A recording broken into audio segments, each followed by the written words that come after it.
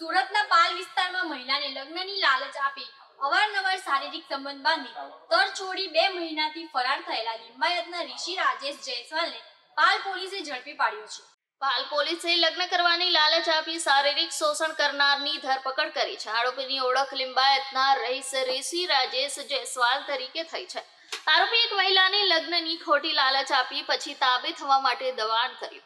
તેણે તેની સાથે અવારનવાર જબરજસ્તી શારીરિક સંબંધ બનાવ્યો અને માનસિક ત્રાસ આપ્યો હતો। મહિલાએ પાલ પોલીસ સ્ટેશનમાં આરોપી વિરુદ્ધ ફરિયાદ કરી હતી, જેના આધારે પોલીસે આરોપી પર ભારતીય દંડ સંહિતાની કલમો હેઠળ કેસ નોંધ્યો હતો। આરોપી પકડાયાના સમયગાળા દરમિયાન ફરાર હતો। પાલ પોલીસની ખાસ ટીમે ગુપ્ત માહિતીના આધારે તેને પકડવામાં સફળતા મેળવી હતી। પાલ પોલીસ સ્ટેશનના ઇન્સ્પેક્ટર શીતલ શાહ અને આ કેસની તપાસ કરી રહ્યા છે।